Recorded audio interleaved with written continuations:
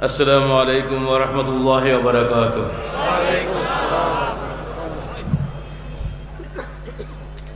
إن الحمد لله نحمده ونستعينه ونستغفره ونؤمن به ونتوكل عليه ونعوذ بالله من شرور أنفسنا ومن سيئات أعمالنا من يهده الله فلا مضل له ومن يضلل فلا هادي له ونشهد أن لا إله إلا الله وحده لا شريك له ونشهد أن محمدا عبده ورسوله أما بعد فقد قال الله تعالى في الكلام المجيد فأعوذ بالله السميع العليم من الشيطان الرجيم بسم الله الرحمن الرحيم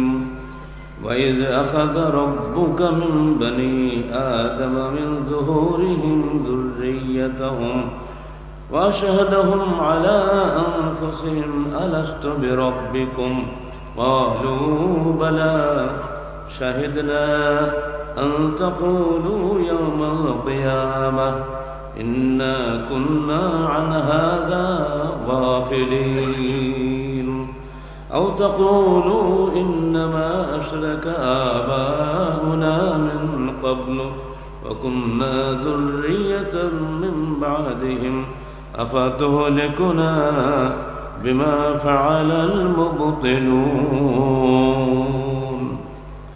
সূরা আরাফ 172-73 আয়াত। সম্মানিত সভাপতি, উপস্থিত উলামায়ে কিরাম এবং আজকে আহলে হাদিস আন্দোলন বাংলাদেশের নরসিংদী জেলা সংগঠন কর্তৃক আয়োজিত এই জেলা সম্মেলনে সমবেত শ্রোতৃমণ্ডলী,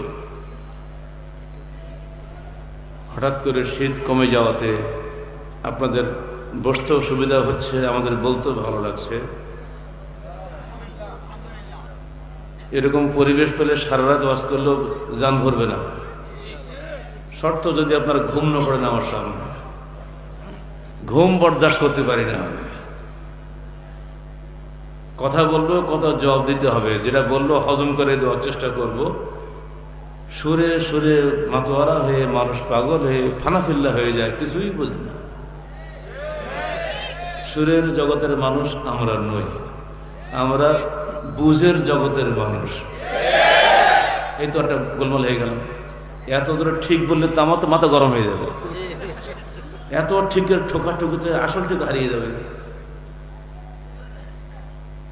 মৌলানা ভাসানী তো বক্তব্য রাখতেন, এই মুজিব আসছিল তোমরা 2 হাত উঠাইছিল, আমি আসলে কয় হাত উঠাবা? লোকেরা বলে 2 হাত এবং 2 পা উঠাবো। তো আপনার ওরকম করবেন নাকি? বুঝে শুধু ঠিক বলেন, না বুঝে ঠিকঠাক বলবেন না। আমি ভোট চাইতে আসেন নাই যে ভোট দিয়ে আমাকে খুশি করবেন। এসছি কোরআন সামনে নিয়ে, এই কোরআন বোঝার জন্য এসেছে, পড়ার জন্য আসেনি। বাংলাদেশে অসংখ্য কোরআন পড়া কারি সাহেব আছে, হাফেজ সাহেব আছে, কোনো কিছুই বোঝেনি। সূরা ফাতিহা ডেলি পড়িস, কি পড়ে আমি জানি না।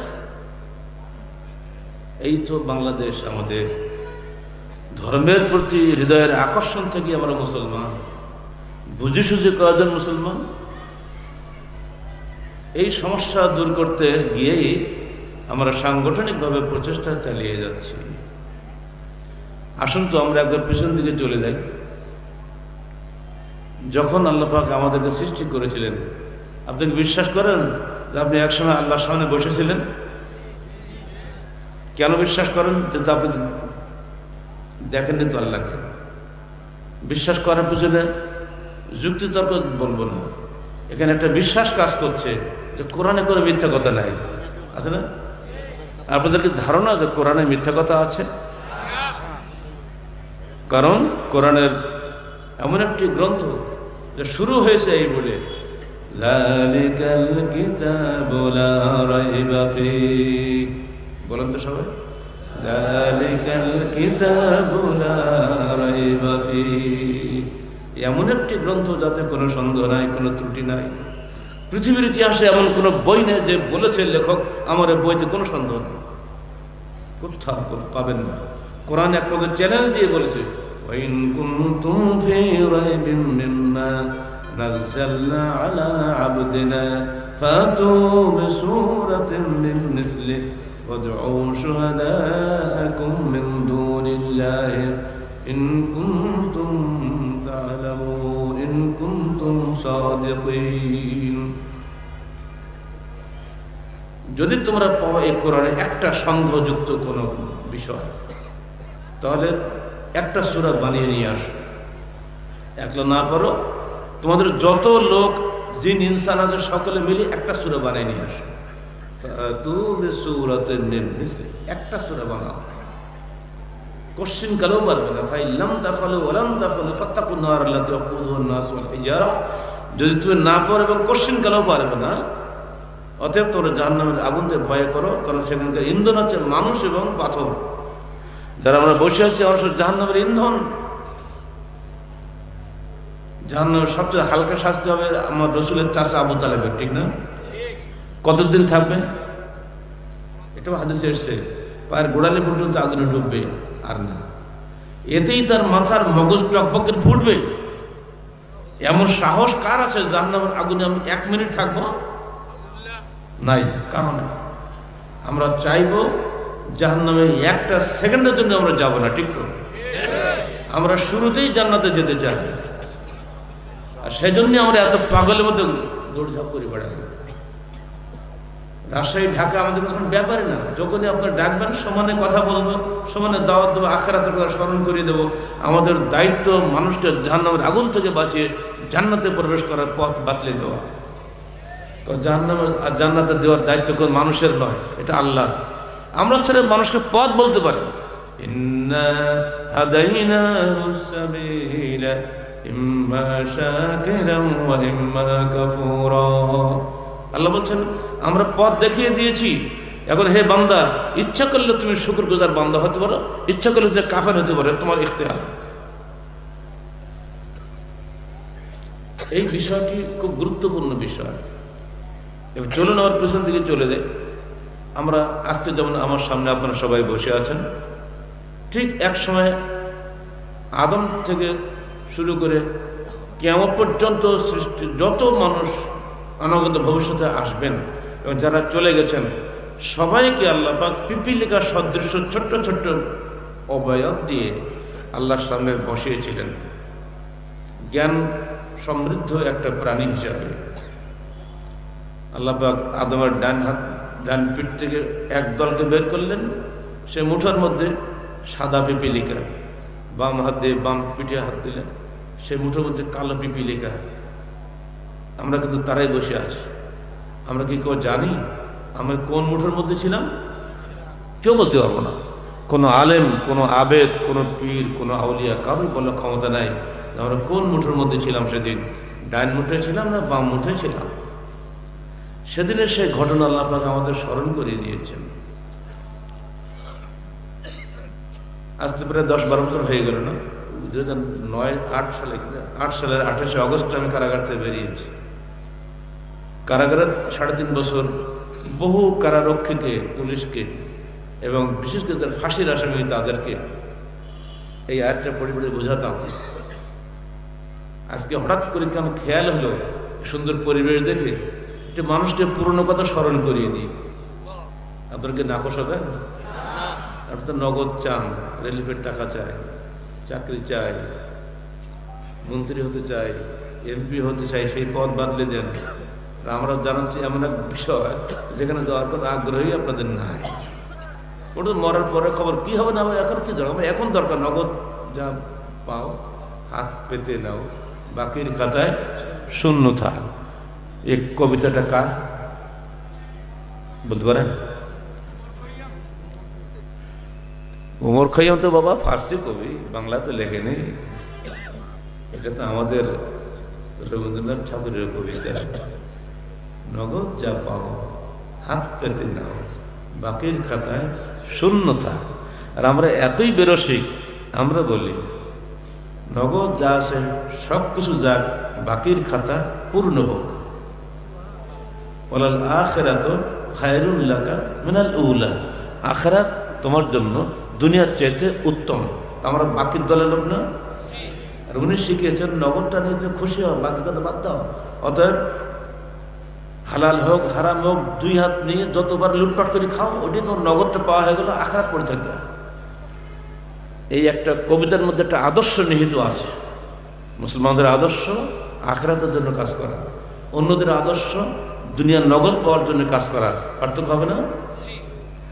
এই মৌলিক কথাটাই আল্লাহ পাক কোরআনে বলে দিয়েছেন অনেক আগে, আমাদের স্মরণ করে দেওয়ার জন্য। এবং আমরাও আজকে আমাদের দায়িত্ব হিসাবে নরসিংদীবাসীকে ওই পিছনের কথা স্মরণ করিয়ে দিতে চাই। সূরা আরাফ 172-73 আয়াত, আমাদের লিখিত তফসির এখন বের হয়নি, বের হবে ইনশাআল্লাহ, আপনারা পড়ে দেখবেন। অন্যদেরও তফসির আছে। আল্লাহ পাক বলেছেন, ওয়াইজ আখাযা রাব্বুকা মিন বানি আদম মিন যুহুরিহিম যুররিয়াতাহুম ওয়া আশহাদাহুম আলা আনফুসিহিম আলাস্তু বিরাব্বিকুম। যখন তোমার প্রভু আল্লাহ আদমের পিঠ থেকে তাদের সন্তানদেরকে বের করে নিলেন এবং তাদেরকে সাক্ষী করলেন, আশহাদাহুম আলা আনফুসিহিম, তাদের উপরে তাদেরকে সাক্ষী করলেন কি, আলাস্তু বিরাব্বিকুম, হে আদমের সন্তানরা যারা আমার সামনে বসে আছো, আমি কি তোমাদের প্রভু প্রতিপালক নই? কালু বালা, সবাই বলেছিল হ্যাঁ আপনি আমাদের প্রতিপালক। শাহিদনা, আমরা সাক্ষ্য দিচ্ছি। আন তাকুলু ইয়াউমাল কিয়ামাতি ইন্না কুন্না আন হাযা গাফিলিন, কেন আমি সাক্ষী নিচ্ছি? যাতে তোমরা কিয়ামতের দিন বলতে না পারো হে আল্লাহ আমরা ভুলে গেছিলাম, আমরা সাক্ষী দিচ্ছি এটা ভুলে গেছিলাম, যাতে ভুলে না যায় মানুষ। এজন্য এই ঘটনাটা আল্লাহ পাক কোরআনে বর্ণনা করেছেন। যতদিন মানুষ কোরআন পড়বে বারবার মনে আসবে না। আও তাকুলু ইন্নামা আশরাকা আবাউনা মিন ক্বাবলু ওয়া কুন্না যুররিয়াতাম মিন বা'দিহিম আফাতুহলিকুনা বিমা ফাআলাল মুবতিলুন। অথবা তোমরা কিয়ামতের দিন একথা বলতে না পারো যে আল্লাহ আমাদের বাপ-দাদা শিরক করেছিল, তাই আমরাও তাদের পরবর্তী বংশধর হিসেবে আমরাও শিরক করেছিলাম। হে আল্লাহ আমাদের বাপ-দাদারা যে পাপ করেছে, যে বাতিলপন্থীরা যে বাতিল কাজ করেছিল, তাদের বাতিলের জন্য আল্লাহ তুমি আমাদেরকে আজকে জাহান্নামে পাঠাবে। এই কথা যেন তোমরা আর্গুমেন্ট করতে না পারো কিয়ামতের মাঠে, এজন্য তোমাদেরকে আমরা আগেভাগে জানিয়ে দিচ্ছি, যারা বসে আছো তোমরা কিন্তু একসময় আল্লাহর কাছে প্রতিজ্ঞাবদ্ধ হয়ে এসেছিলে, সাক্ষ্য দিয়েছিলে আমরা পৃথিবীতে গেলে অবশ্যই তোমাকেই মাত্র প্রতিপালক হিসাবে স্বীকার করে নেব। আমাদের যে সন্তানরা এখনো আসেনি, যে সন্তানরা আগামী দিনে আমাদের পৌত্র বা নাতি পোতা হিসেবে আসবেই, সবাই কিন্তু ওই দিন সাক্ষী দিয়েছি আমরা যে আমাদের প্রভু প্রতিপালক হচ্ছেন আল্লাহ। কিন্তু যখন আমরা কিয়ামতের দিন উঠবো, জাহান্নামে যাব, তখন যদি বলবো আল্লাহ আমার দোষ না, দোষ আমার বাবার, বাবা কাম করেছে বলে আমাকে তুমি জাহান্নামে পাঠাবা। আল্লাহ বলছেন এই আর্গুমেন্ট চলবে না, কারণ তোমাকে তো আগে জানিয়ে দিয়েছি আমি ন্যায় বিচারক প্রতিপালক। ওলা তাজরু ওয়াজিরাতুন বিজরা উখরা, একজনের পাপে আর একজন শাস্তি পাবে না। তোমার বাপের পাপে বাপ শাস্তি পাবে, তোমার পাপে তুমি শাস্তি পাবা, বাপের দোহাই দিয়ে তুমি বাঁচতে পারবে না। এটা কিন্তু পিছনের কথা। মুসলিম বিন ইয়াসার বিখ্যাত সাহাবী, তিনি ওমর ফারুক রাদিয়াল্লাহু আনহুর কাছে এই আয়াতের ব্যাখ্যা জিজ্ঞেস করলেন। ওমর ফারুক তখন বললেন, দেখো তোমার মতো আমিও এই আয়াতের ব্যাখ্যা আমার রসুল সাল্লাল্লাহু আলাইহি ওয়াসাল্লামের কাছে জিজ্ঞেস করেছিলাম। তখন তিনি বলেছিলেন, দেখো আদমকে আল্লাহ পাক যখন জান্নাতে বের করে দিলেন, তাকে আরাফাতের ময়দান, যাকে আমরা বলছি এখন, এর নাম ছিল আগে মাআন, এই ময়দানে পাঠিয়ে দিলাম এবং সেখানে আদমের সামনে এই অনুষ্ঠানটা হয়েছিল। কোটি কোটি পিপিলিকা সদৃশ্য আদম সন্তান তার সামনে দাঁড়া করিয়ে দিয়ে সেখানে আল্লাহ পাক তাদের কাছ থেকে এই ওয়াদাটা নিয়েছিলেন। এটা মিশকাতে আপনার পাবেন, 120 নম্বর হাদিস, মুসনাদ আহমদ এসেছে সহিহ রাওয়ায়াতে। পিছনের এই ঘটনার মধ্যে আমাদের শিক্ষণীয় বিষয় এই, আমরা এখন দুনিয়ায় এসে কি শয়তানের উপাসনা করব না আল্লাহর উপাসনা করব? কারণ আমরা ওয়াদা করে এসছি তো সেখান থেকে, ওয়াদা খেলাপ করলে অবস্থা কি হবে বুঝতে পারছেন। সেখানে কি ছিল, তাকুলু ইন্নামা আশরাকা আবাউনা, আমাদের বাপ দাদারা শিরক করেছে। বোঝা গেল আমরা শিরক করলে ধরা পড়ে যাবে। শিরিক কাকে বলে আমরা নিজেরাই জানি না। আমাদের সৃষ্টিকর্তাকে, বিধানদাতাকে, সন্তানদাতাকে, মৃত্যুদাতাকে, এই বাতাস, আলো বাতাস এর মালিককে, নরসিং দিয়ে মাটির মালিককে, সব কিছুর মালিক তিনি আল্লাহ। ও আল্লাহ বলছেন, ওয়ালা ইন সাআলতুম মান খালাকাস সামাওয়াতি ওয়াল আরদা লা ইয়াকুলুন্না আল্লাহ কুলিল হামদুলিল্লাহ বাল আকসারুহুম লা ইয়ালামুন। হে মুহাম্মদ, যদি তুমি জিজ্ঞেস করো আসমান জমিনের সৃষ্টিকর্তাকে, অবশ্যই ওরা বলবে আল্লাহ। তুমি খুশি হয়ে আলহামদুলিল্লাহ পড়ো, কিন্তু ওরা অধিকাংশ লোক জানে না, বুঝে না। আমরা অধিকাংশ বুঝি না। আপনি কি কখনো দেখেছেন আপনি কিভাবে সৃষ্টি হয়েছেন? আল্লাহ পাক বলে দিয়েছে সূরা দাহারে, প্রতি জুমা, আজকে জুমার দিন না, আজকে সকালে নিশ্চয়ই আপনাদের মধ্যে ইমাম সাহেবরা সূরা দাহার পড়েছেন। প্রথম রাকাতে সূরা সাজদা, তাই না? দ্বিতীয় রাকাতে সূরা দাহার। সূরা দাহার আল্লাহ পাক কি বলছেন? ওয়ালাকাদ খালাকনাল ইনসানা মিন সুলালাতিন মিন তিন মিন নুতফাতিন আমশাজিন মিন মাইন মাহিন। আমরা মানুষকে সৃষ্টি করেছি নুতফা থেকে, শুক্রবিন্দু থেকে। আমশাজ মানে মিলিত শুক্রবিন্দু থেকে। মিলিত কার? বাপের এবং মায়ের। এই বিজ্ঞানের একটা তথ্য বেরিয়েছে আমশাজ শব্দ থেকে। এখন বিজ্ঞানীরা তলাশ করবে আমশাজ আল্লাহ পাক কেন বললেন। আমরা জানি পিতার শুক্রবিন্দু থেকে সন্তান তৈরি হয়, তাই না? কিন্তু না, নুতফাতিন আমশাজ বলা হচ্ছে, অর্থাৎ পিতা তো একালে মিশ্রিত একজন সঙ্গে হতেই হবে। সেটা কে? সেটা আমার মা। এখন বিজ্ঞান পরিষ্কারকে বলে দিচ্ছে, বাপের একবারের বীর্যপদে কয়েক কোটি সন্তান হওয়ার ক্ষমতা রাখে। কয়েক কোটি, একটা না। আল্লাহর হুকুমে ওখান থেকে একটা মাত্র শুক্র আল্লাহ পাক জীবিত রাখারা সব মেরে ফেলে দেন। সে মায়ের ডিম্বাণুর সঙ্গে মেশার পরে বন্ধ হয়ে যায়। ইবনে হাজার আসকালানী ফাতুল বারীর মধ্যে ব্যাখ্যা দিয়েছে যে 6 দিন বুদবুদের আকারে থাকে, এরপরে রক্ত হয়, তারপরে গোশত পিণ্ড হয়, এরপরে হাড্ডি তৈরি হয়, হাড্ডির গায়ে গোশত লেগে যায় আপনার পোশাকের মতো। এরপরে আস্তে আস্তে 4 মাস হয়ে গেলে 120 দিন বয়সে আপনার ফেরেশতার মাধ্যমে আল্লাহ পাক জান পাঠিয়ে দেন। মানে পুরুষ হবেন কি নারী হবেন ওটা আল্লাহ বলে দেন। 4টে জিনিস লিখে দেওয়া হয়। এই 4টে জিনিস কপালে লিখে দেন ফেরেশতা এসে। সে 4টি বস্তু আপনাদের মনে করে দিই, আমার সঙ্গে বলেন। আজাল, বলেন আজাল, আমাল, রিজিক, জান্নাতি অথবা জাহান্নামী। যারা ওষুধ তৈরি করেন, গায়েটা লেবেল মারে না, লেখা থাকে না ব্যবস্থাপত্র, এই ওষুধটা এই এই জিনিস দিয়ে তৈরি করা, এর কার্যকারিতা এই ক্ষেত্রের কাজ করবে, এ কার্যকারিতা এতদিন, ধরুন 2 মাস বা 2 বছর লেখা থাকে না। ওইটা যেমন ম্যানুফ্যাকচাররা লিখে দিচ্ছেন ওষুধের লেভেলে, বা ঠিক একইভাবে ফেরেশতা আপনার কপালে লিখে দিয়েছেন এই বান্দাটা এতদিন দুনিয়ায় বাঁচবে। এটা হলো আজাল। ওখানে যখন ওষুধে লেখা হয় এই ওষুধটা এই কাজে কাজ করবে, সর্দির ওষুধ বা ব্যথার ওষুধ থাকে না, ঠিক আপনাকে বলে দেওয়া হচ্ছে এই বান্দা দুনিয়া যাচ্ছে, তার আমল হচ্ছে এই, সে এই এই কাজ করবে।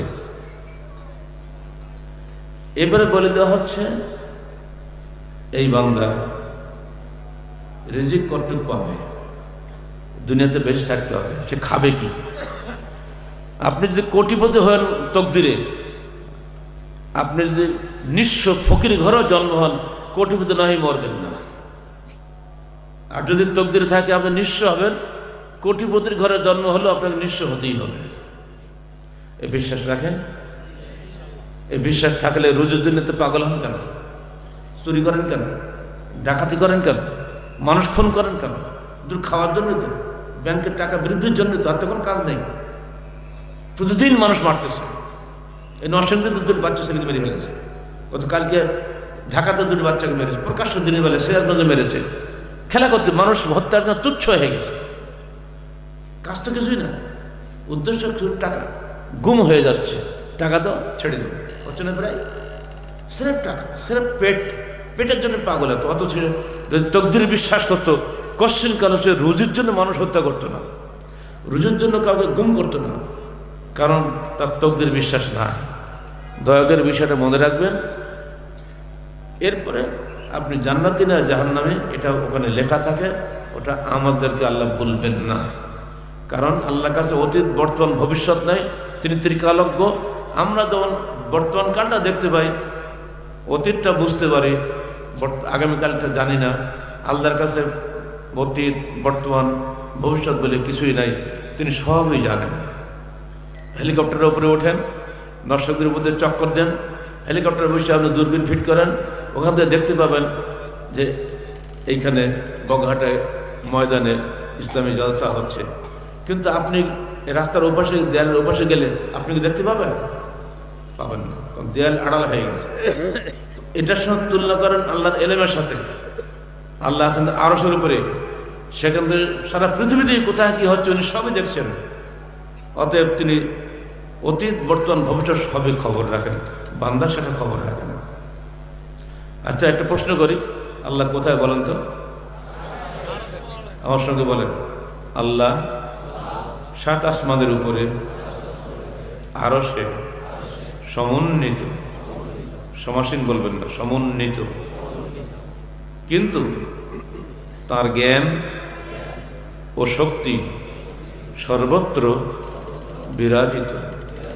মুহাম্মদ আল্লাহর রসুল, তিনি মানুষ নবী, নূরের নবী নন। এই আকীদা যদি ছোট থেকে মজবুত হয়, আপনার ছেলে যেখানেই যাক সে কিন্তু পথভ্রষ্ট হবে না।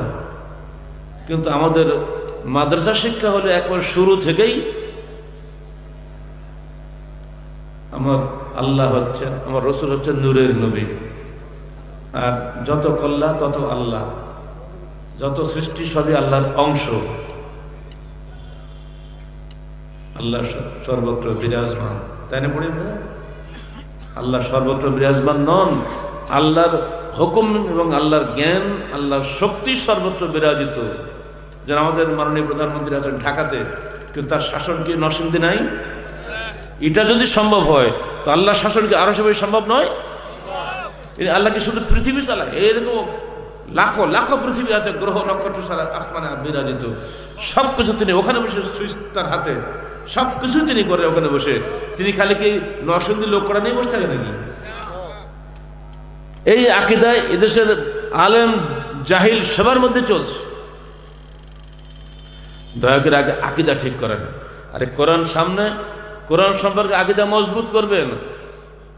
লাউ কানা ফীমা আলিহাতান ইল্লাল্লাহ লাফাসাদাতা, এই জগতে যদি আল্লাহ ছাড়া আর কেউ থাকতো তাহলে ধ্বংস হয়ে যেত।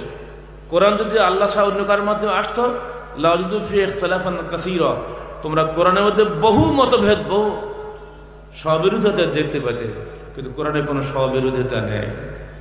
কোরআনের সঙ্গে সহিহ হাদিসের কোনো স্ববিরোধিতা নাই। সারিহুল উকুল লা ইউখালিফু সারিহুন নুকুল, ইমাম ইবনে তাইমিয়ার একটা বই আছে যে সহিহ হাদিস কখনোই সহিহ জ্ঞানের বিরোধী নয়। আপনি বুঝতে পারেন না বলে, আপনার জ্ঞান স্বল্পতা আছে বলে হয়তো বুঝতে পারেন না, কিন্তু আপনি খালি নাসেক বলসুক নিয়ে ব্যস্ত, এই হাদিসের সঙ্গে এই হাদিসের মিল নাই, অত হাদিস বাতিল। কোরআন বলছে 3 তালাক 3 মাসে দিতে হবে, আপনার জ্ঞান বলছে 3 তালাক একসঙ্গে দিলে বাস তালাক শেষ। যেমন নাকি কলা গাছ 3 কোপে কাটলেও যা, 1 কোপে কাটলেই তা। আপনার জ্ঞানকে আপনি কোরআনের উপরে স্থান দিলেন, আপনি কেমন করে পাক্কা মুসলমান হতে পারেন? আহলে হাদিস আন্দোলন বাংলাদেশ সমাজের এই দুর্নীতি, পরিষ্কার দুর্নীতি, একটা নারীর জীবন নিয়ে সিনেমিনি খেলা না, শুধু একটা নারী, নারীর সঙ্গে তো পুরুষও জড়িত। এর বিরুদ্ধে শুরু থেকে আমরা সোচ্চার, এটা হতে পারে না। কিন্তু আপনি দলিল দিচ্ছেন না, এটা ওমর ফারুক করে গেছে, হুজ্জতে সাহাবী, ইজমায়ে সাহাবা, কত যে যুক্তি তার মাথায় আছে। ওমর কি কোরআন বাতিল করতে পারে? কি কথা বলছেন না? যে আমি আগে বলিনি কথা বলতে আমার সঙ্গে ব্রেনে ঢুকতে হবে। ওমর খলিফা হতে পারে, তিনি কখনোই কোরআনের উপর হতে পারে না। কোরআনের এই বিধান 3 মাসে 3 তালাক। হে বান্দা, তুমি সাবধান হও, তোমার যে স্ত্রীকে তুমি আল্লাহর নামে ঘরে উঠিয়েছ তার পবিত্রতা, তার সম্ভ্রম, সবকিছু দায়িত্ব তুমি নিয়েছ, আল্লাহকে সাক্ষী রেখে মোহরানা দিতে ঘরে এনেছ। সাবধান, রাগারাগি হয়েছে, মিটে যাবে, কিন্তু তার এই পবিত্রতার বন্ধন ছিন্ন করো না। দুজনের মিলনে সন্তান এসেছে, এই সন্তান তোমাদের সেতু বন্ধন। সন্তানের মুখের দিকে তাকাও, তালাক দিও না। আল্লাহ চান না বান্দা তালাক দিক, সরিয়ে দিক বউটাকে। 1 মাস ভাবো, আবার 1 মাস ভাবো, আর 1 মাস ভাবো, বাবা শান্ত হও। স্বামী স্ত্রী উভয়কে বলা হচ্ছে। হতভাগা মানুষ কোরআনের দিকে তাকায় না, মুখে কিন্তু কোরআনের কথা খুব বলছে, কোরআন খতম হচ্ছে ঘন ঘন। হাফেজ কোরআন খতম করে না বাবা, কোরআন আমল করা হলো মূল জিনিস। দেখেন না, কোরআন বলছে আমসাজ। আমসাজ মানে নারী পুরুষের মিলনে সন্তান তৈরি হয়। কিভাবে মেলে? বিজ্ঞান এখন বলে দিয়েছে। কোরআনে যেহেতু মিথ্যা নাই, ত্রুটি নাই, অথচ আমসাজ শব্দের ব্যাখ্যা বের করতেই হবে। এখন বেরিয়ে গেছে। তারা বলছে স্বামীর ক্রোমোজোম 23টা, স্ত্রীর ক্রোমোজোম 23টা একত্রিত যখন মেলে, সেটা যদি ওয়াই হয় তাহলে ছেলে হবে, যদি এক্স হয় তাহলে মেয়ে হবে। বলো হে মানুষ, এই কোটি কোটি শুক্রাণুর মধ্যে 23টা স্বামীর 23টা স্ত্রীর কি করে 23 ভাগাভাগি করে একসঙ্গে মিলন হলো? ক্ষমতা আছে মানুষের এটা করার? কোশ্চিন কালেও নাই।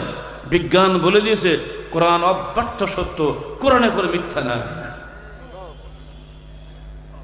ঠিক অমনি করে 3 তালাক 3 মাসে দেওয়ার ব্যাপারে কোরআনে বিধান, এই বিধান কোনো মানুষ পরিবর্তন করতে পারে না।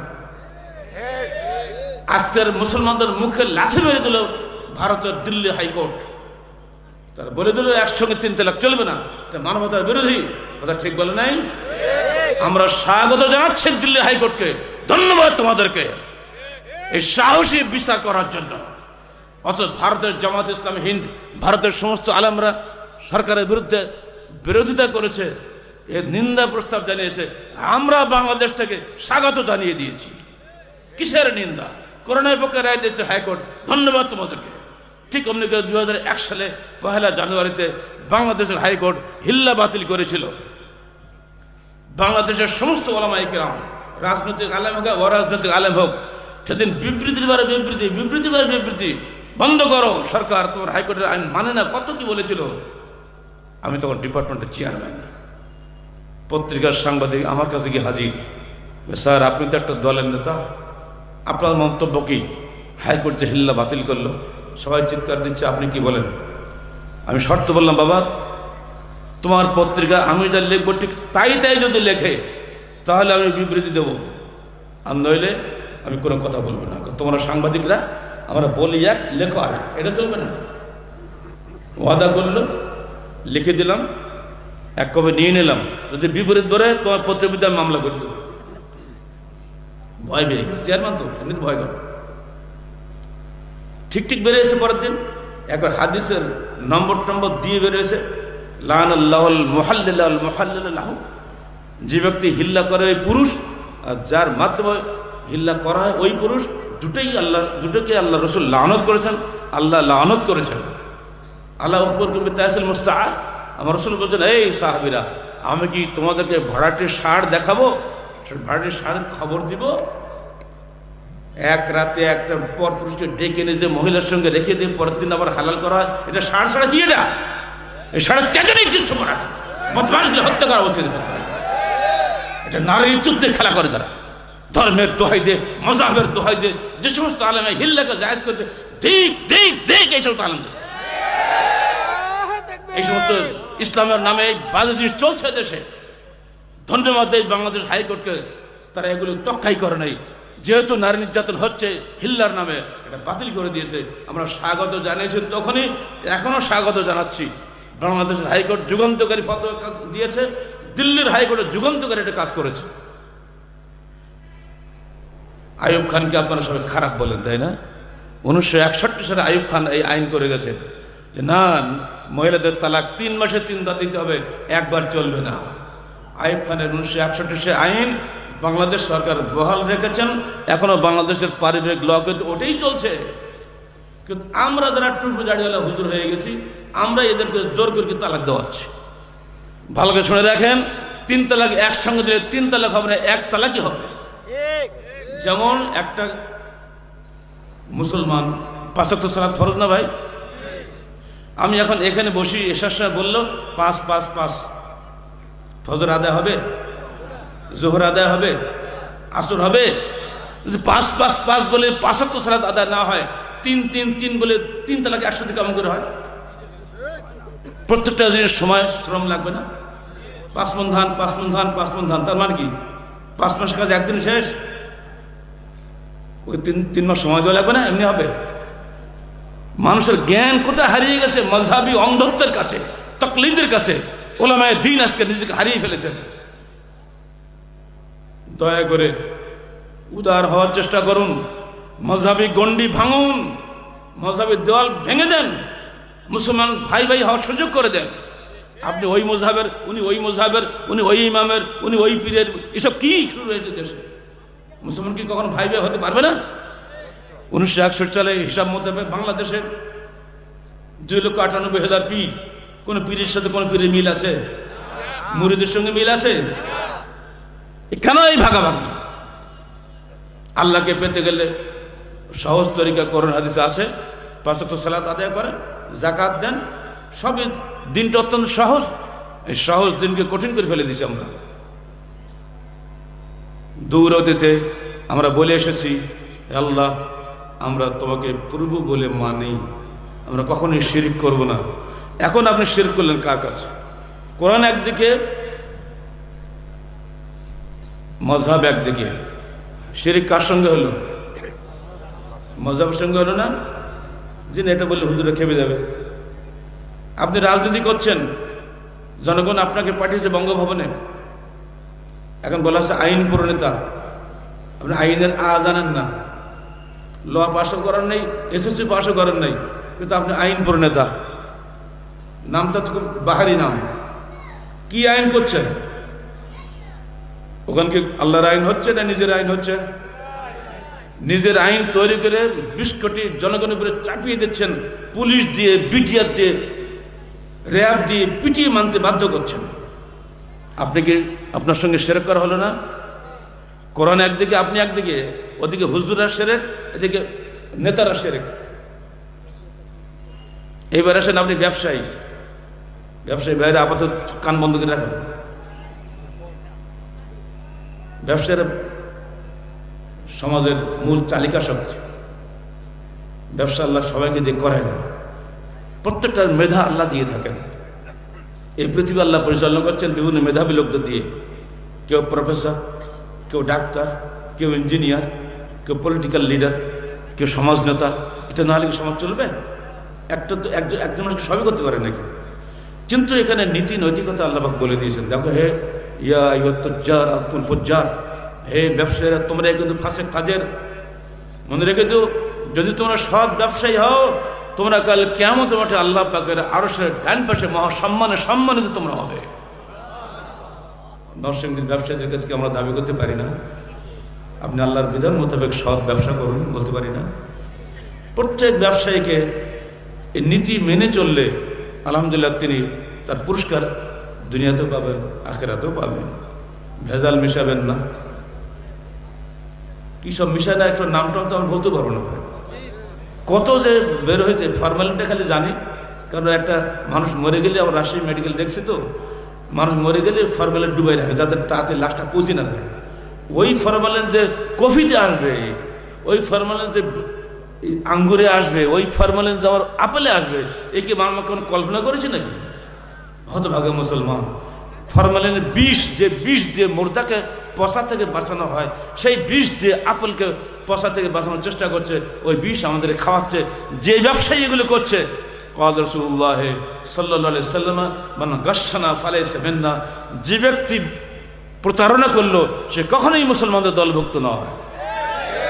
আল্লাহ রসুল হাঁটতেছেন, এক জায়গায় গম গাদা করা, উনি হাত ঢুকিয়ে দিলেন তার তলায়, দেখলেন ভিজা। এই ব্যবসায়ী, ভিজা কেন? তো বলছে যে উপরে এমনি শুকিয়ে গেছে, আমি আসলে পানি দেয় নাই, যাক বলার ব্যবসাতে বাঁচার চেষ্টা করে, তো আল্লাহ নবীর হাতে ধরা পড়ে গেছে না। তখন আল্লাহ নবী বললেন, খাবারদার মান গাছনা ফেলে হিসেবেন না, যে ব্যক্তি আমাদের সঙ্গে প্রতারণা করবে সে কখনোই মুসলমানদের দলভুক্ত নয়। তুমি হয়তো 5 টাকা বেশি পাবা, কিন্তু তুমি আখিরাত হারাবা। আমরা স্কুল কলেজে অঙ্ক শেখাচ্ছে কি, খালি সুদের অঙ্ক, সরল অঙ্ক, মানে সুদের অঙ্ক। 1 কেজি দুধে কতটুকু পানি মিশাইলে কত টাকা লাভ হয়, এই হিসাবটা গেলে আমাদের ছেলেদের শেখানো হয়। যারা এগুলো করেছেন, যারা এই শিক্ষা ব্যবস্থা বানাচ্ছেন, তারা দায়ী হবেন না? অতএব ব্যবসায়ী ভাইরা সাবধান। আপনি এই ব্যবসার মাধ্যমে জান্নাত খরিদ করতে পারেন। হে রাজনৈতিক ভাইরা, আপনি আপনার রাজনীতির মাধ্যমে অবশ্যই আপনি আল্লাহর সবচেয়ে প্রিয় বান্দা হতে পারেন। কারণ কিয়ামতের দিন যে শাস্ত্রীর ব্যক্তি আল্লাহর আরশে নিজের ছায়া পাবেন, প্রথম ব্যক্তি হলো ওই রাজনীতিক, আল ইমামুল আদেল, যিনি ন্যায় বিচারক নেতা। নেতারা যদি ভালো হয়ে যায়, সমাজ ভালো হবে না? ব্যবসায়ী যদি ভালো হয়, সমাজের অর্থনীতি ভালো হবে না? আলেমরা যদি ভালো হয়, সমাজ সুন্দর হবে না? আলেম, ব্যবসায়ী এবং সমাজ নেতা, এই 3 শ্রেণীর সমাজের সবচেয়ে প্রভাবশালী। এই 3 শ্রেণীতে গলতি ঢুকে গেছে, এরা শিরিক করছে। আমরা আহলে ইসলাম মনে করি তাহলে কবর পূজা শিরক, তাই মনে করি না? জি না, আপনি জীবন্ত শিরক দাঁড়িয়েছেন আমার সামনে, কারণ আপনি জেনে শুনে একটা মানুষকে ধর্মের নামে ধোঁকা দিচ্ছেন। হাদিসে কি 8 টাকা তারাবি নাই? আছে? বলেন একটু শুনি। আল্লাহ নবীর জীবনে 20 তারাবি পড়েছেন? একটা হাদিস দেখাতে পারবেন কোন মুহাদ্দিস সাহেব? হাদিসের হাফেজ তো আলহামদুলিল্লাহ নরসিংদী হলো। হাবিবুল্লাহ সিরাজিকে আমি অন্তর থেকে স্বাগত জানাচ্ছি। তার এলাকায় আমি এসেছি, আমার পত্রিকায় তাকে আমি ধন্যবাদ জানিয়েছি এবং তার কাছে দাবি করেছি, বাবা শুধু বুখারী শরীফ, বুলুগুল মারাম, রিয়াজুস সালিহিন তুমি মুখস্থ করেছো, তোমার উপরে আল্লাহ পাকের বিশেষ রহমত নাজিল হয়েছে।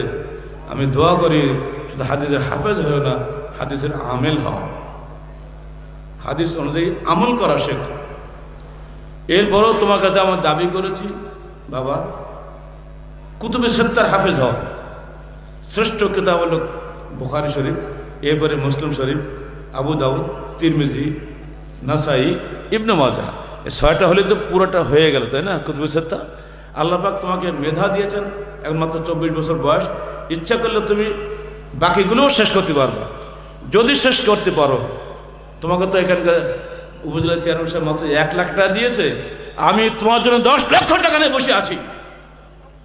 কুতুবে সিত্তা মুখস্থ করে শোনাও রাস্তায় গিয়ে আমার সামনে, 10 লক্ষ টাকা তো আমি ঘোষণা করে দিলাম আজকে এখানে, তোমার জন্য আমি পুরস্কার নিয়ে বসে আছি। কি আপনারা দেবেন না টাকা? আমি তো খালি টাকা দেবো, টাকা কিন্তু আপনার পকেট থেকে আসবে, মনে থাকবে তো? আল্লাহ পাক এরকম মেধাবী ছাত্রদেরকে উৎসাহিত করার তৌফিক আমাদের সবাইকে দান করুন। এবার ইতিহাস শোনেন, উপমহাদেশে প্রথম হাদিসের হেফজ করার সূচনা কে করেছিলেন? খবর রাখেন ইতিহাস? নির্যাতিত নিপীড়িত একজন মানুষ, যার বাড়িটা পর্যন্ত হিন্দুরা পুড়িয়ে দিয়েছিল, যার বাপের হাতে 10,000 হিন্দু মুসলমান হয়েছিল, যে সন্তানটি মায়ের কোলে মানুষ হয়েছে অতি কষ্টে, ভোরবেলায় শীতের মধ্যে সন্তানটাকে রেখে আসতো মসজিদের বারান্দায়, বাচ্চাটা কান্ত শীতে, সালাত হয়ে যাওয়ার পরে মা তাকে নিয়ে আসতো। লোকেরা বলতো, হে আম্মা আপনি বাচ্চাটা কষ্ট দিচ্ছেন কেন? আম্মা জবাব দিতেন, আমার বাচ্চা ছোট থেকেই কষ্ট সহিষ্ণু হোক, মসজিদের সঙ্গে অন্তরের সম্পর্ক তৈরি হোক, এজন্য আমি আমার বাচ্চাকে মসজিদের বারান্দায় রেখে যাচ্ছি। এই বাচ্চাই পরবর্তীকালে ভূপালের নবাব হয়েছিলেন। 75 টাকা বেতনের কেরানিগিরি করতে করতে তিনি নবাব হয়ে গেলেন তার মেধার কারণে। জীবনের 222খানা গ্রন্থের লেখক, উপমহাদেশের ইতিহাসে তার তুলনীয় কোন লেখক নাই। তার লিখিত তফসির জামিয়া সালাফিয়া বেনারস ইউনিভার্সিটি গিয়ে ওই তফসির পাশে আমি দাঁড়িয়েছিলাম, আমার কোমর পর্যন্ত উঁচা হয়েছে। কত বড় তফসির তিনি লিখে গেছেন চিন্তা করতে পারেন, আরবিতে, ফার্সিতে এবং উর্দুতে তার টোটাল লেখনীটা। এই মানুষই প্রথম ব্যক্তি, যখন ভারতে হাদিস পড়া নিষিদ্ধ ছিল, আমাদের লিখিত থিসিসটাকে আপনারা কেউ পড়েছেন? এর মধ্যে বলতে পারতেন? একটু আগে তো তাহরিকের পরীক্ষা নেওয়া হলে সম্পাদক সাহেব দিলেন, আমি একটা পরীক্ষা নেই, দীর্ঘদিনের গবেষণার ফল, আহলে হাদিস আন্দোলনের উপরে আমার ডক্টরেট থিসিস, এটা কারোর কাছে আছে? পড়েছেন কেহ? পড়বেন, এখানে পাবেন অনেক মজার জিনিস সেখানে আছে। এই ভারত উপমহাদেশে যাতে লোক হাদিস না পড়ে, খালি ফেকা পড়ে, এই জন্য সমস্ত আলেমরা ফতোয়া দিয়েছিল হাদিস পড়া চলবে না, হাদিস পড়লে মানুষ বিভ্রান্ত হয়ে যাবে। কই নাউজুবিল্লাহ বলছেন না যে? আরো জোরে বলেন নাউজুবিল্লাহ। যাবে মুসলমানকে হাদিস থেকে সরিয়ে নিয়ে যায় ব্যর্থ এই সমস্ত আলেমরা। মুসলমানের জীবনের সঙ্গে রক্তের সঙ্গে জড়িত কোরআন এবং হাদিস। যারা মুসলমানকে কোরআন হাদিস দূরে রেখে ফেকার গ্রন্থে দালাল গোলাম বানাতে চায়, তারা কিসের আলেম? সমস্ত উপমহাদেশে একখানা বুখারী শরীফ ছিল না। শাহ ওলিউল্লাহ মুহাদ্দিস দেহলী রহমাতুল্লাহ আলাইহি, তার পিতা আব্দুর রহিম, তিনি মাদ্রাসা রহিমিয়াতে একখানা বুখারী শরীফ রেখে গেছিলেন। তার ছেলে মুহাদ্দিস আব্দুল আজিজ, তিনি সেই বুখারী শরীফটা পৃষ্ঠা ছিঁড়ে ছিঁড়ে এই ছাত্রকে এক পৃষ্ঠা, ওই ছাত্রকে এক পৃষ্ঠা, এমনি করে করে দৈনিক পড়াতেন। একখানা মাত্র বুখারী শরীফ ছিল। কারণ ওলামাদের ফতোয়া ছিল এই বুখারী শরীফ পড়লে আমাদের ফতোয়া টিকবে না। কারণ তো বুঝতেই পারছেন, বুখারী শরীফ পড়লে বুক হাত বাঁধতে হবে, বুখারী শরীফ পড়লে আমিন জোরে বলতে হবে, বুখারী শরীফ পড়লে রবেদান করা লাগবে, বুখারী শরীফ পড়লে 8 রাত তারাই পড়া লাগবে। মহা বিপদ না? তো মজাব থাকবে। শরীয়তপুর আদালতকে আমরা ধন্যবাদ জানাই। এই সঙ্গে শরীয়তপুরে কিছু লোক আহলে হাদিস হয়েছে আমাদের, আসলে যাই না তো সেখানে আমরা পরে ইন্টারনেটে বক্তব্য শোনে খালি ওরা। আর সালাতুর রাসূল এমন এক কাজ করছে, সালাতুর রাসূল আলহামদুলিল্লাহ, এটা আপনারা এটার সাদকা জারি আমাদের জন্য। এই বই যিনি পড়ছেন আলহামদুলিল্লাহ, আল্লাহ পাক আমাদের রহমত নাজিল করছেন, তিনি ফিরে আসতেছেন। বাপ দাদা 14 পুরুষের সব আকীদা বদল করে দিয়ে আহলে হাদিসরা ফেরে না। ওই বইতে আছে বাবা দলবদ্ধ মোনাজাত করো না, এখানে আহলে হাদিস গ্যালাক্সিকে কাফের বলে ফতোয়া দিয়ে দিয়েছে। কথা বলছেন? একটা মযহাবী ভাই তার বাপ দাদা 14 পুরুষের মযহাব ত্যাগ করে আহলে হাদিস হচ্ছে, একটা আহলে হাদিস ভাই সালাতের অংশ নেয়, দলবদ্ধ মোনাজাত বাতিল করতে পারছেন না। ঠিক এইসব আহলে হাদিসদের, যার সঙ্গে হাদিসের সঙ্গে সম্পর্কই নেই।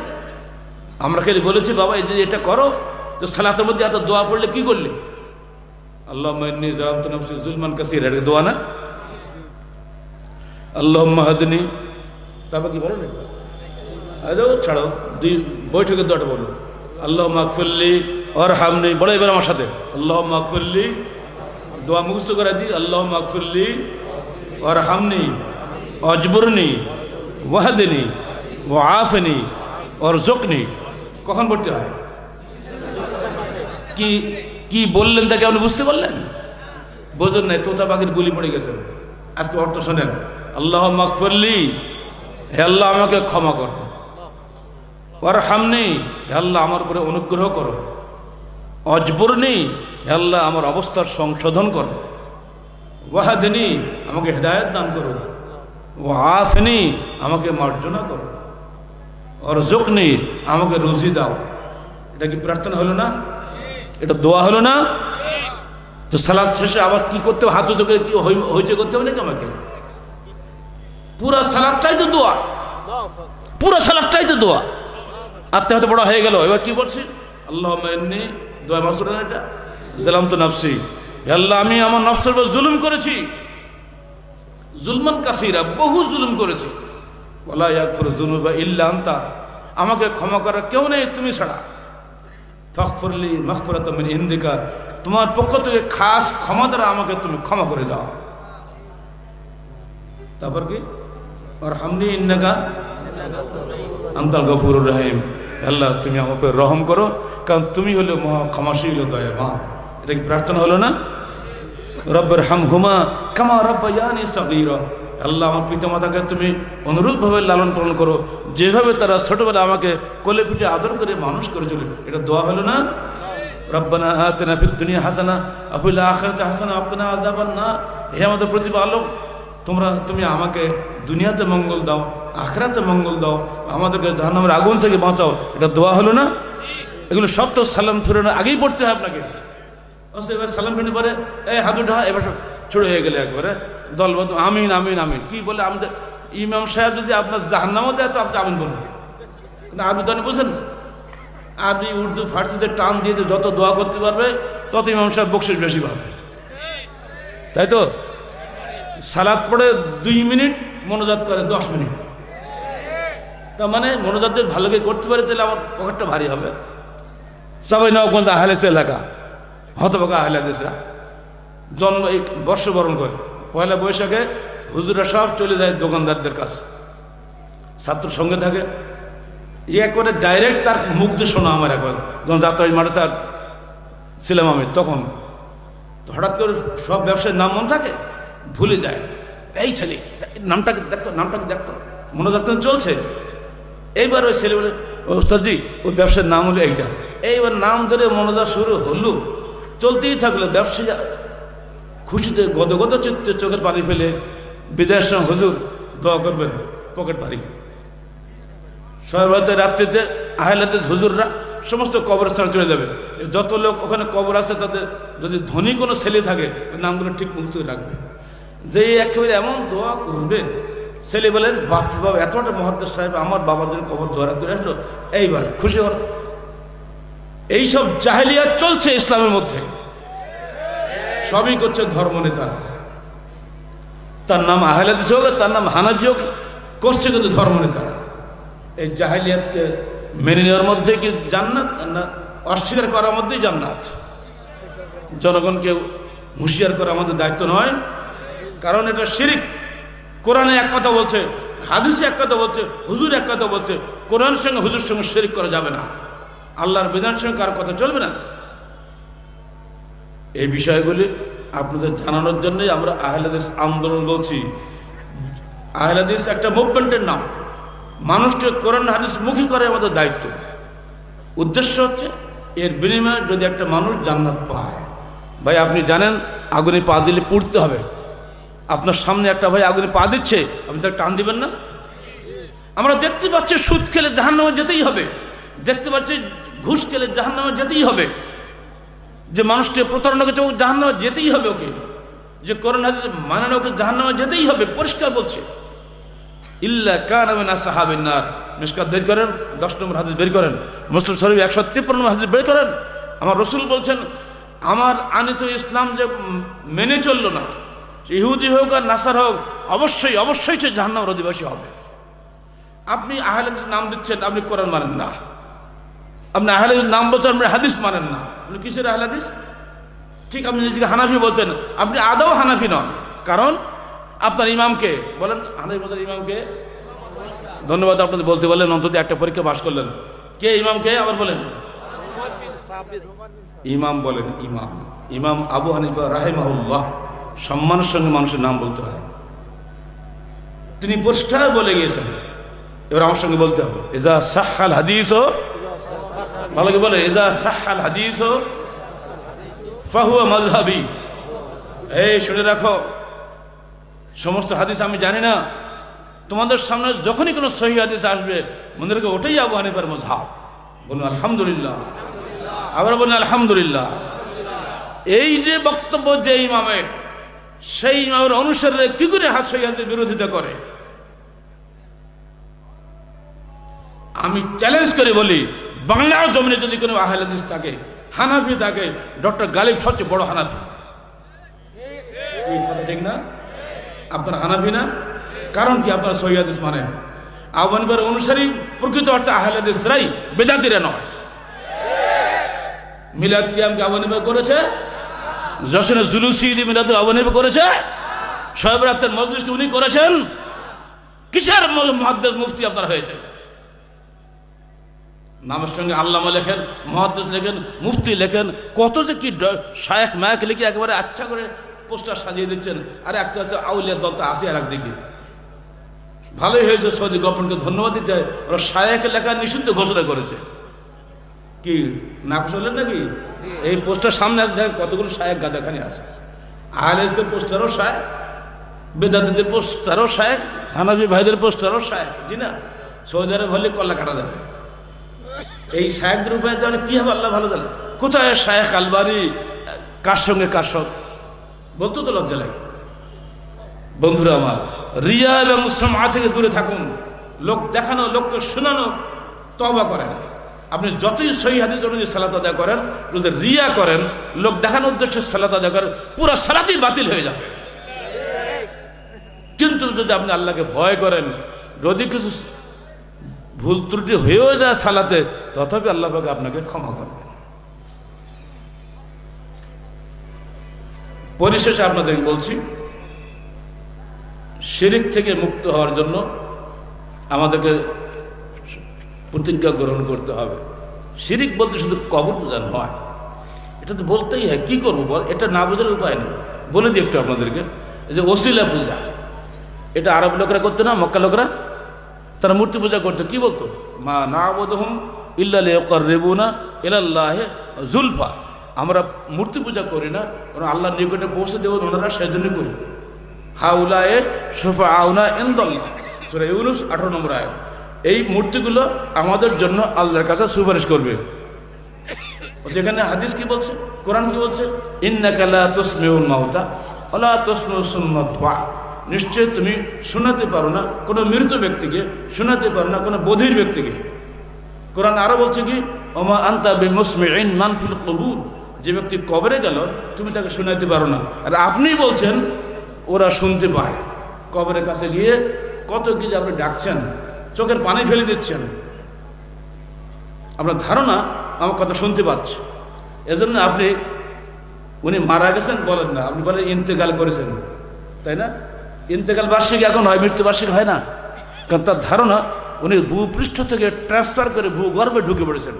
ইন্তেকাল হয়ে গেছে, মানে ট্রান্সফার হয়েছে, উনি বেঁচে আছেন। এই ধারণা নিয়ে যে ব্যক্তি দিন করে, সালাত আদায় করে, তার সালাত কবুল হবে? তাহলে সত্যিকার অর্থে ওসিলা কাকে বলে? জীবিত ব্যক্তির ওসিলা হবে। আমি অসুস্থ যদি এখন পড়ে যাই, আপনারা আমাকে ধরে হাসপাতালে নিয়ে যাবেন না? এই ওসিলা জায়েজ, এটা ইস্তেআনাত বলে। কিন্তু যদি আমি এখন মরে যাই, আর এই ভাইটা বলে, আবির সাহেব আপনি মরে গেছেন, আমাকে তো শুনতে পাচ্ছেন, আমার তুমি দোয়া করবেন যেন আমিও জান্নাত পাই, হবে? সমস্যা কি?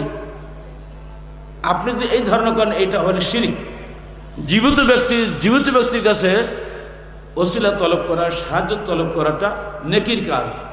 ক্বাল রাসূলুল্লাহ সাল্লাল্লাহু আলাইহি সাল্লাম, আল্লাহু ফি আউনিল আবদে মা কানাল আবদু ফি আউনি আখিহি। আল্লাহ পাক বান্দার সাহায্য যতক্ষণ থাকেন, যতক্ষণ বান্দা তার আরেক ভাইয়ের সাহায্যে থাকে।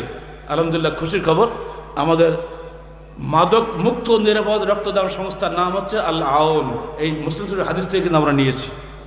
দেখেন এখানে ডোনার কালেকশন করা হচ্ছে, আমাদের বাচ্চারা কত সুন্দর কাজ করছে, একবার দেখেন। সিগারেট খরের রক্ত, ইয়াবা খরের রক্ত, যতই সব যুবক হোক, ওই রক্ত আটটা মানুষের রোগীর দেহে দিলে ওকে আরো রোগী বানাবে, ওকে সুস্থ পরিমাণকে আরো রোগী বানিয়ে দিবে। এর জন্য আল্লাহ আওয়ানের যারা সদস্য হবেন, দয়া করে আপনি প্রতিজ্ঞা করবেন, আমি স্রেফ আল্লাহকে খুশি করার জন্য একটা মুমূর্ষ ভাইকে সাহায্য করব। যে আল্লাহ আমার দেহে রক্ত দিয়েছেন, সে আল্লাহর বান্দার জন্য আমি রক্ত দান করব, বিনিময়ে চাইবেন না। আর কোনো মদখোর, মাদক সেবী কোনো ব্যক্তি আমাদের আল্লাহ আওয়ানের সদস্য হতে পারবেন না। এইভাবে নিরাপদ রক্ত যখন আপনি হচ্ছেন, আপনি একদম জীবন্ত ব্লাড ব্যাংকে রক্ত যখন 5 দিন থাকে, ওই রক্ত ক্রিয়া অনেকটা দুর্বল হয়ে যায়। আর ডাইরেক্ট যদি আমার ব্লাড আপনার দেহে চলে যায়, দ্রুত আপনার রোগ সারিয়ে দেয়। এজন্য আমরা চিন্তা করেছি যে ব্লাড ব্যাংকে রাখবো না, ডাইরেক্ট ব্লাড দিয়ে আপনাকে সাহায্য করবো। কাজটা ভালো হয়নি? লাগিয়ে দিয়েছি আমাদের জামাই বাবুকে, বাবুটা তুই এ কাজ কর, আপনাদের কেরানীগঞ্জের ছেলে। এই সঙ্গে লেগে গেছে আমার ছেলে নিজে। আর এখানে প্রত্যেক জেলায় ডাক্তারদেরকে হেড করে আমরা আলাওয়ানের কমিটি করে দিচ্ছি। নারায়ণগঞ্জ জেলার যিনি হেড ডাক্তার নাইম আজকে এখানে মজুদ, তার নেতৃত্বে এখানে নরসিংদীতে আলাওয়ানের কমিটি গঠন হচ্ছে। এখানেও একজন ডাক্তারকে আমরা নিয়েছি। আলহামদুলিল্লাহ, সব জায়গাতে আমরা এই নেকির কাজে বহু ডাক্তারের বিনা পয়সায় সহযোগিতা পাচ্ছি। আলহামদুলিল্লাহ, এই জীবিত ব্যক্তির সাহায্য করাটা শুধু জায়েজই নয়, নেকির কাজ। এবার জীবিত ব্যক্তি যদি মৃত্যু ব্যক্তিকে সাহায্য চায়, ওটা হলো গুনাহের কাজ। দলিল আল্লাহ রসুল মারা গেলেন, রসুলের কবর থেকে অল্প দূরে হচ্ছে ওসমান গনির বাসা। ওসমান গনিকে 40 দিন অবরোধ করে শেষে হত্যা করা হলো, শহীদ করা হলো। আল্লাহ রসুল তার জামাই ওসমানকে কি বাঁচাতে পেরেছিলেন? তার নাতি হাসান হোসেনকে কারবালার ময়দান থেকে বাঁচাতে পেরেছিলেন? পারেননি। যদি তিনি বাঁচাতে না পারেন, আপনি কবরে শুয়ে আউলিয়া হোক আর পীর হোক, যে নামে আপনার হোক, আপনি কি করে মুরিদকে বাঁচান?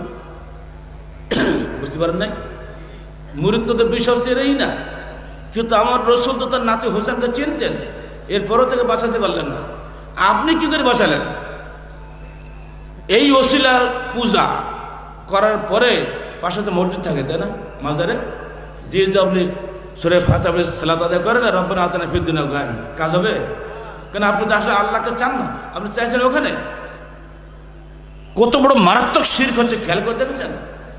টাকা যাতে সব কবরে। 1820 সাহেবের যখন প্রধান মুরিদ রাজশাহীতে এসে 2004 সালে যখন আমাদের কাছে বায়াত করে আহলে হাদিস হলেন, তখন তার বয়স 72 বছর। উনি নিজে আমাদের সঙ্গে বলেছেন, স্যার আপনার মিলাদ প্রসঙ্গ আপনি বই আমরা ফ্রি পাঠাই, তাহারিক ফ্রি পাঠাই, যত বড় কবর আছে না সব তাহারিক ফ্রি পাঠাই। এই খবরটা আপনার জানেন না, বলে দিলাম। 1094 কবির তাহারিক প্রতি মাসে মাসে দেশের যত বড় বড় পীর আছে, দরগা আছে, ডিসি, এইসব বড় বড় জায়গায় আমরা পাঠাই দিতাম আগে, এখন অবশ্য সব দেই না, ওখানেও যাইতো। ওই খাদেমের অন্তরে দাগ কাটেছে।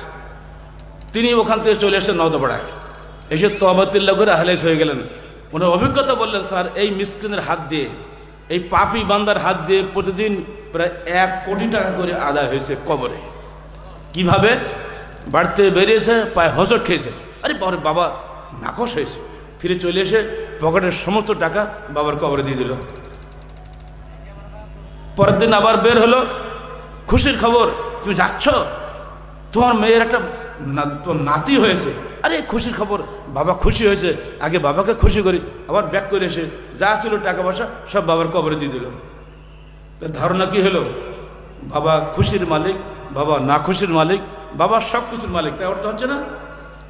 লক্ষ লক্ষ মানুষ সেখানে যাচ্ছে, এমনকি প্রেসিডেন্ট প্রার্থীরা ইলেকশন ক্যাম্পেন শুরু করার আগে সেখানে যে দোয়া নিয়ে আসে। একজন ইলেকশন শুরু করে সিলেট থেকে, একজন করে নওদাপাড়া থেকে, গোপালগঞ্জ টুঙ্গিপাড়া থেকে, আর একজন করে ওই 18 থেকে। ধারণা এই, ওই মৃত ব্যক্তি আমার দোয়া করে দেবে, তাতে আমি পাশ করে দেবো। এটা শিরক না? রাজনীতিকের সাবধান। এমনকি আপনাদের শপথ করেন জাতীয় সংসদে গিয়ে, আল্লাহর নামে শপথ করেন না, সাবধান থাকবেন। আল্লাহর কাছে সবই হিসাব দিতে হবে আপনাকে। সংবিধানে 148 অনুচ্ছেদে বলা আছে, আমি সশ্রদ্ধ চিত্তে শপথ করিতেছি যে। কাকে শ্রদ্ধা করছেন? রাষ্ট্রপতি থেকে প্রধান বিচারপতি, এমপি, মন্ত্রী সবাই একই ভাষা বলছে। অথচ রাসূলুল্লাহ সাল্লাল্লাহু আলাইহি ওয়াসাল্লাম, মান হালাফা বিগাইরিল্লাহ ফাকাদ আশরাকা ওয়া রাওয়াতিন ফাকাদ কাফারা। যে ব্যক্তি আল্লাহ ব্যতীত অন্য নামে শপথ নেয় সে কুফরি করলো, সে শিরক করলো। অনেকে জানেন না, শুধু আপনাদের জানানোই আমাদের কাজ। যদি ইমানে ধাক্কা দেয়, দয়া করে এগুলো তওবা করেন। চলে যান আমেরিকায়, ওবামার কংগ্রেসে নতুন সদস্য, ইয়ং ম্যান, 32 বছর বয়স, মুসলমান হয়েছে, জনপ্রতিনিধি হিসেবে শপথ নিতে হচ্ছে। সবাই তো খ্রিস্টান, ইন গড আই ট্রাস্ট, গডের উপরে উই ট্রাস্ট, আমরা বিশ্বাস স্থাপন করলাম। কিন্তু উনি বলেন, না আমি এটা বলবো না, আমি আমার আল্লাহর নামে শপথ গ্রহণ করব। সমস্ত কংগ্রেস বলে কি সর্বনাশ, আমেরিকার ইতিহাসে যা কখনো হয়নি, তুমি তাই করবে? বলে আমি তাহলে চললাম, আমি শপথ নেব না, আল্লাহ ছাড়া কারো নামে শপথ আমি নিতে পারি না, আমি এক মুসলমান। তখন ওবামা বললেন, না হতেই পারে না, আমেরিকার বাক স্বাধীনতা, ধর্মীয় স্বাধীনতা, ব্যক্তি স্বাধীনতা আছে আমেরিকাতে, আমি এই আমেরিকার আদর্শ ক্ষুণ্ণ করব না। ও যেহেতু মুসলমান হয়েছে, ইসলামী তরিকায় শপথ নিক, আমি ওকে অনুমতি দিলাম। আমেরিকার পার্লামেন্টে যদি তিনি ইসলামী তরিকায় শপথ নিতে পারে, বাংলাদেশের পার্লামেন্টে মুহাদ্দিস, মুফতি, মুফাসসির কোরআনরা কোন নামে শপথ নিয়েছে আপনারা বলেন? এখন তারা কি শিরক করেনি? তারা কুফরি করেনি? কোনোদিন মুখ খুলে বলেনি আমরা এটা করব না, আমি মুসলমান। এই ভীত কাপুরুষদেরকে কোশ্চেন করে আপনার এমপি ভোট দেবেন না, যারা হক কথা বলতে পারে না, খালি পেট নিয়ে ঘুরে বেড়ায়। কি দরকার এগুলো? আহলে হাদিস বাংলাদেশ সর্বস্তরের মানুষকে আহ্বান জানায়, আসুন পবিত্র কোরআন ও সহিহ হাদিসের আলোকে জীবন গড়ি। কারণ কোরআন হাদিসের জীবন গড়লে আপনি ইনশাআল্লাহ জান্নাত পাবেন। উদ্দেশ্য একটাই, আখিরাতে জান্নাত পাবেন, দুনিয়াতে সম্মানিত হবেন। আজকে আমেরিকার দূর অতীতে আমেরিকা তাকে আমরা কখনো দেখে নাই, তাকে যখন আমরা এখান থেকে সম্মান দেখাচ্ছি না, তার জন্য দোয়া করছি না, অমনি করে আপনি আপনার অসাক্ষাতে আপনার মৃত্যুর পরে হলো বাংলার মানুষ আপনার জন্য দোয়া করবে। এই এমপিটা সংবিধান অগ্রাহ্য করে কোরআনকে অগ্রাধিকার দিয়েছে, হাদিসকে অগ্রাধিকার দিয়েছে। অতএব ধন্যবাদ ওই এমপিকে, আল্লাহ তুমি তার হায়াত দরাজ করে দোয়া করবেন আমার তার জন্য। সাহসী হওয়া বাবা, ভীতু কাপুরুষের জন্য ইসলাম নয়, ইসলাম হলো সাহসী মানুষের জন্য। শহীদ হয় সাহসীরা, ভিতরা এমনি মরে। অতএব যারা বিভিন্ন মযহাবের গণ্ডির মধ্যে আটকে আছো, ভেঙে ফেলো মযহাবের গণ্ডি, চলে আসে এখানে। মহিলাদেরকে হিল্লার নামে জেনা করেও না, তওবা করো। অমনি করে বিয়ের সময় তোমরা মোহর না দিয়ে ফাঁকিবাজি করো, কারণ কোরআনের আয়াত আল্লাহ পাক বলেছেন আতুহুন্না সাদাকাতিহিন্না নেহলা, তোমরা মহিলাদের মোহর দাও ফরজ মনে করে। আমরা নেহলা অনুবাদ করেছি, আমাদের যত বাংলাদেশে তফসির নামে যেগুলো আছে বঙ্গানুবাদ সব জায়গায় অনুবাদ করেছি। তোমরা মহিলাদের কি বলে ওটাকে, মোহর দাও খুশি মনে। নেহলা মানে খুশি, নেহলা মানে ফরজ মনে করে। মোহরানা কখনোই খুশির জিনিস নয়, এটা ফরজ জিনিস। আমরা এমনভাবে বিয়ে করি, লোককে দেখানোর জন্য বলি 2 লক্ষ টাকা কি বলে মোহরানা। এবার প্রথম দিন যখন দেখা হয় বউর সঙ্গে, এই বলেছে মানুষকে দেখানোর জন্য, তোর আর আমার মর্যাদা বৃদ্ধির জন্য তুই মাফ করে দে। বউ বলে বাবা প্রথম দিন এসেই যখন মাফ চাচ্ছে মাফ করে দে, ঝামেলা যাবে। আর কেউ কেউ আছে না মাফ করে দেবো না তোমার। আর মরার সময় যাবে, এই তুই মাফ করে দে, নাহলে তুই জানাই বলবি স্বামীর অবাধ্যই মরবি। ও তাও তো ঠিক কথা, ঠিক আছে মাফ করে দিলাম। নারীদের সঙ্গে এই প্রতারণা যারা করে এরা ঠিক এসব পুরুষ লোকগুলা। পুরুষও ব্যবসা করবে, নারীও ব্যবসা করবে। নারী এক জায়গায় কামাই করবে আর তুমি বসে করবে। তো নারী সন্তান পালন করবে, সঙ্গে সঙ্গে তার ভরণ পোষণ যোগাবে। তো তুমি পুরুষ কি জন্য আছো? তোর তো মরে যাওয়া উচিত। পুরানের দেখে ঢাকাতে কি হয়েছে, বাবা এক কলেজের প্রফেসর আর মা আর এক কলেজের লেকচারার। ছেলেটা একটু বড় হয়েছে, 10-12 বছর বয়স হয়েছে। ঘরে বন্ধ করে দিয়ে ইন্ডিয়ান চ্যানেল চালু করে দিয়ে বাইরে তালা দিয়ে চলে গেছে। দুটো এসেছে বাড়িতে, এসে দেখা যায় ছেলে গলা দিয়ে ঝুলতেছে। এ ঢাকার খবর এটা। অথচ চ্যানেল চলছে টিভিতে, ইন্ডিয়ান ওই দাঙ্গা হাঙ্গামা সব মারদাঙ্গা ছবি দেখে না, তখন যে একটা নাকি ফাঁসির ছবি দেখাইছে। ও ছেলে বলল তাই তো, ফাঁসি তো ভালো জিনিস। ওড়না দিয়ে ফাঁসি দিয়ে এক মহিলা, তো মার ওড়না ঝুলছিল, ওড়না গলা জ্বলি ও লাফতে পড়ছে। ও বোঝে নাই যে ঝুললে আর ওটা খোলা যায় না। ঝুলে গেছে, আমা করেছে, মারা গেছে। এক বাপ মায়ের একটা সন্তান, শুধু কামাই করার জন্য। ও মহিলা যদি বাড়ি থাকতো, মার যদি বাড়ি থাকতো, সন্তানটা কি মরতো? কিন্তু না, এত লোভী মানুষ।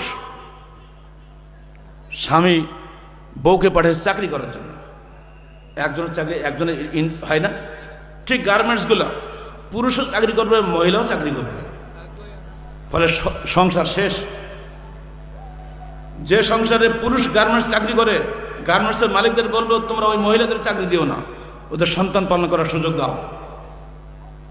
এইভাবে সমাজের রন্ধ্রে রন্ধ্রে কোরআন হাদিসের বিরোধী কাজ চলছে সর্বত্র। এবং স্কুলে ক্লাস 5 পর্যন্ত আমাদের নেতারা বলছে লারালাপ্পা শিখাও, তাহলে জঙ্গিবাদে যাবে না। আরে বেটা, জঙ্গিবাদ যাওয়ার জন্য কি লারালাপ্পা দায়ী? এর জন্য কোরআন হাদিস শিখাও। কোরআন হাদিস সর্বত্র নিষেধ করেছে জঙ্গিবাদ চলবে না। এই জঙ্গিবাদীরা দেশের শত্রু, মানবতার শত্রু, ইসলামের শত্রু, এরা সমস্ত দুনিয়ার শত্রু। এই কতগুলো জঙ্গিবাদের জন্য আজকে মুসলমানের সারা পৃথিবীতে লজ্জিত হচ্ছে। আজ মুসলমান এয়ারপোর্টে নামতে পারছে না, তার কাপড় চোখ খুলে তাকে দেখছে কিছু বোমা টোমা লোকানো আছে কিনা। কারণ কি? গুটিকাক ছেলের জন্য। আর এদেরকে জাতীয় এবং আন্তর্জাতিক চক্রান্তের মাধ্যমে এদেরকে জঙ্গিবাদী বানানো হয়েছে, তাদেরকে উস্কে দেওয়া হয়েছে। তুমি যদি বোমা মেরে মানুষ হত্যা করতে পারো, তো সোজা জান্নাতে চলে যাবা। ঠিক যেন হিন্দু মেয়েদের শেখানো হয়েছে, স্বামী মরে গেছে, তুই বেশি থেকে লাভ কি? তুমি বিধবা নারী, তোমার তার বিয়ে হবে না, চলে যাওয়া উচিত হবে আগুনের মধ্যে, তুমিও জান্নাতে, ওদের ভাষায় স্বর্গে চলে যাওয়া। জীবন্ত একটা তরুণী মেয়েকে বাপ মা সবাই হাত পা বেঁধে আগুনের মধ্যে ছুঁড়ে ফেলে দিল আর উলুধ্বনি দিল, আমার মেয়েটি এখন স্বর্গে চলে গেল। হিন্দুরা যেভাবে সন্তান হত্যা করছে, তুমি মুসলমান ঠিক একইভাবে একই অন্যায় করে তোমার সন্তানকে হত্যা করছো।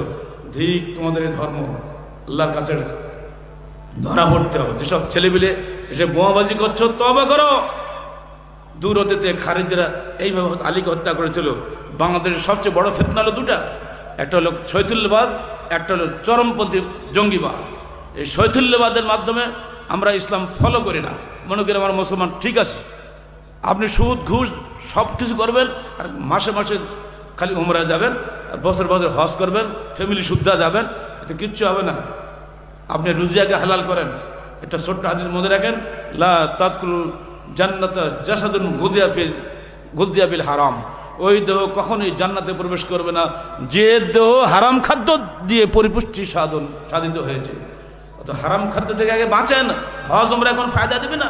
আল্লাহ নবী যিনি একবার হজ করেছে, আপনি একবার হজ করে ফরজ, আর বাকি সব নফল। ওই হজের টাকা দিয়ে এলাকার গরিব মানুষের উপকার করেন। একবার হজের টাকা, একবার উমরার টাকা দেন, বহু গরিব মানুষ হবে, বহু এতিমখানা গড়ে উঠবে আপনাদের মাধ্যমে। কিন্তু আপনাদের বিলাসিতা হয়ে গেছে প্রতি বছর বছর হজ করা, উমরা করা। এটা বিলাসিতা, এটা চলবে না। এগুলা যারা বড় লোক আছেন দয়া করে অর্থ জায়গা মতো ব্যয় করেন, যাদের প্রোডাক্টিভ কাজে ব্যয় করেন। পরিশেষে আমি আপনাদের সবাইকে ধন্যবাদ জানাচ্ছি। স্মরণ করে দিচ্ছি পিছনের কথা। আমরা সবাই কিন্তু আল্লাহর কাছে ওয়াদা করে আসছি, আলাস্তু বিরাব্বিকুম ক্বালু বালা, হে আল্লাহ তুমি আমাদের প্রতিপালক। আমরা স্বীকার করলাম, শাহেদ না, আমরা সাক্ষ্য দিচ্ছি। কাল কিয়ামতের মাঠে আল্লাহ পাক জিজ্ঞেস করবে, তখন কিন্তু আল্লাহ বলবে, ডক্টর গালেব কি তোমাদের মনে করে দেয়নি নরসিংদীবাসীরা? অত চলবে না, পালালে হবে না। তোমাকে অবশ্যই শিরক থেকে মুক্ত হতে হবে এবং আল্লাহর বিধান মেনে চলতে হবে, নইলে ইহকালে পরকালে পস্তাতে হবে। আল্লাহ পাক আমাদের সবাইকে পবিত্র কোরআন ও সহিহ হাদিসে জীবন গড়ার তৌফিক দান করুন। একাকে সম্ভব নয়, সকলে মিলিয়ে চেষ্টার মাধ্যমে সমাজকে গড়ে তুলতে হবে, সমাজকে সংস্কার করতে হবে, জাহিলিয়াত থেকে মুক্ত করতে হবে। একার দ্বারা সম্ভব নয় বলেই সংগঠনের মাধ্যমে জামাতবদ্ধভাবে আপনাদের চেষ্টা এগিয়ে যেতে হবে। আল্লাহ পাক আমাদের সকলের প্রচেষ্টাকে কবুল করুন। আকুলু কওলি হাযা আস্তাগফিরুল্লাহ লি ওয়া লাকুম ওয়া লিসাইরিল মুসলিমিন। আসসালামু আলাইকুম ওয়া রাহমাতুল্লাহি ওয়া বারাকাতুহু।